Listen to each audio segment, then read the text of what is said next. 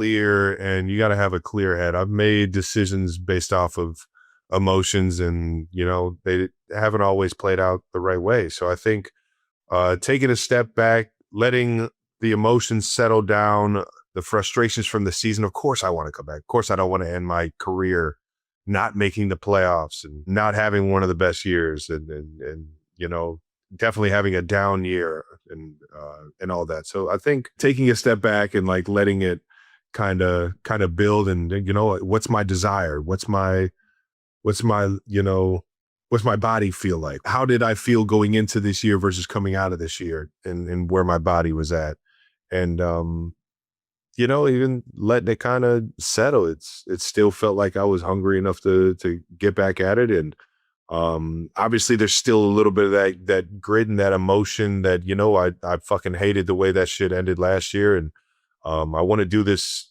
I want to make it right. I don't want to get another chance in another fucking Super Bowl, man. Yeah, I was about to say, so the addition of Kenneth Walker and Patrick Mahomes' rehabilitation had nothing to do with it?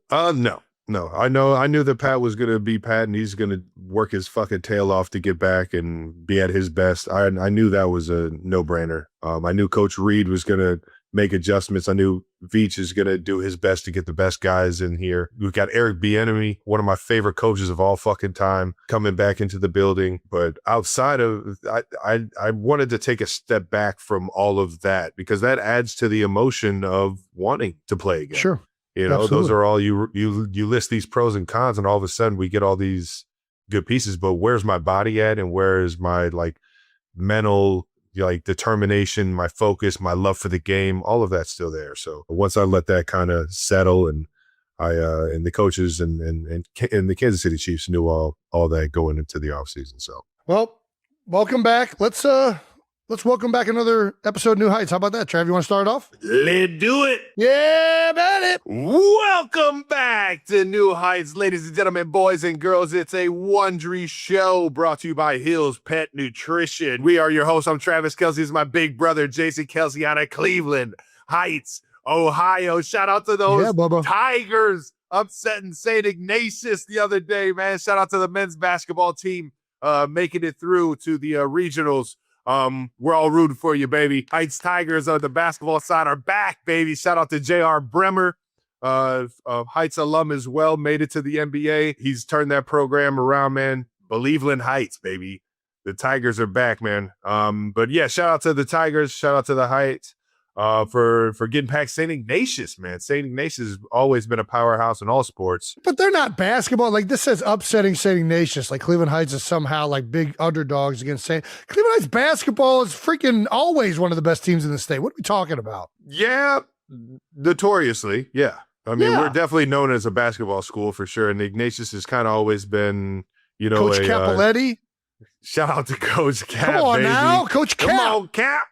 Over 30 decades, built that program. Yeah, he did. Shout out to Noah Blue for fucking sinking a shot to win it, or with a dagger. I guess the numbers this year have been astronomical in free agency. So we're going to talk about it a couple of times because there's some other crazy numbers I also want to bring up. I think that there's a reason these numbers are getting to the level they are. One, because they're really good players, but I think people underestimate how much the salary cap is going to continue to go up in the NFL. Let's talk about, we also lost one of the exciting whites. We are now down to the exciting white on defense.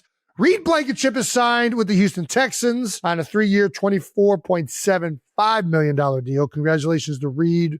Awesome teammate and was a big part of our success since he was with the Philadelphia Eagles for 4 years. Congratulations. And here's some of these other numbers. Centers are getting fucking paid. Chargers signed Tyler Biadasz, 3 years, 30.